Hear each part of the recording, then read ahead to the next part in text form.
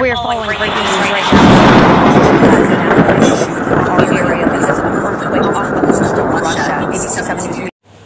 Diba nakikita nyo yung video na katakot yung tsunami sa Hawaii yun. Nangyari today. Kita-kita mo talaga nakakatakot ang pangyayari, no? Pero sa totoo lang, ito na talaga yung sign. Talagang liwanag na talaga. Ang nangyayari ngayon sa mundo is isa na babala sa ating lahat na hindi lang yan tsunami, gira. Siyempre, bansa to bansa naglaban-laban na dahil sa agawan ng teritoryo. Ang nalaman nyo lang yung recently lang na binalita na nagira naman yung Cambodia at Thailand. Di ba? Dami nangyayari ngayon sa mundo. Gira, meron pang wildfire sa Turkey. Tapos, ito na naman, tsunami. Di ba? Ito na talaga yung pabala natin sa Biblia na nagkatotoo na talaga yung kasulatan.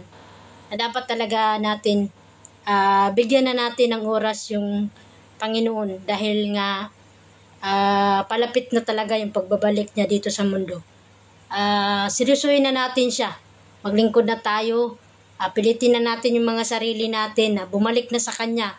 At nga ang sabi niya, mas importante na sundin ang kalooban niya dahil nga at the end of the day, mamatay tayo dito sa mundo, wala tayong madala. At isa pa dyan, kung hindi ka talaga sumunod sa Kanya, hindi ka nananampalataya, tinuna mo lang yung mga tawag dito, yung about sa mga goals, about sa mga pira-pira, about dito sa mga social media, nag-aabala ka dyan, mas binigyan mo pa siya ng importansya, di mo magawang magbasa ng Biblia, di mo nga hinayaan mo lang yung Biblia sa sulok.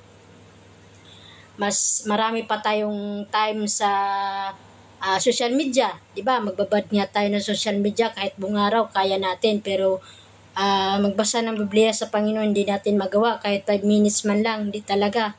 Hinayaan natin yung Biblia na natutulog lang.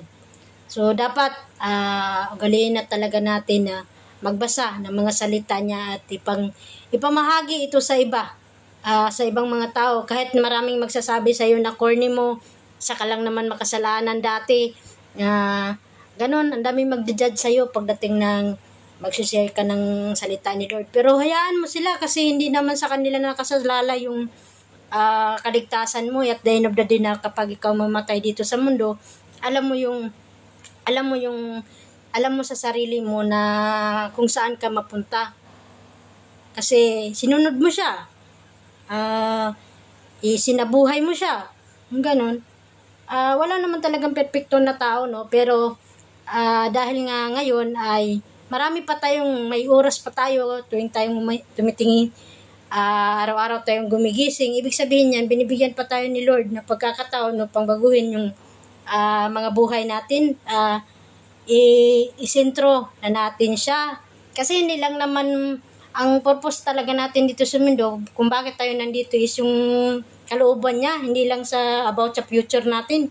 Kasi yung future natin, hindi naman natin yan madadala pag mamatay tayo, yung kayamanan natin, hindi. Hindi yan madadala.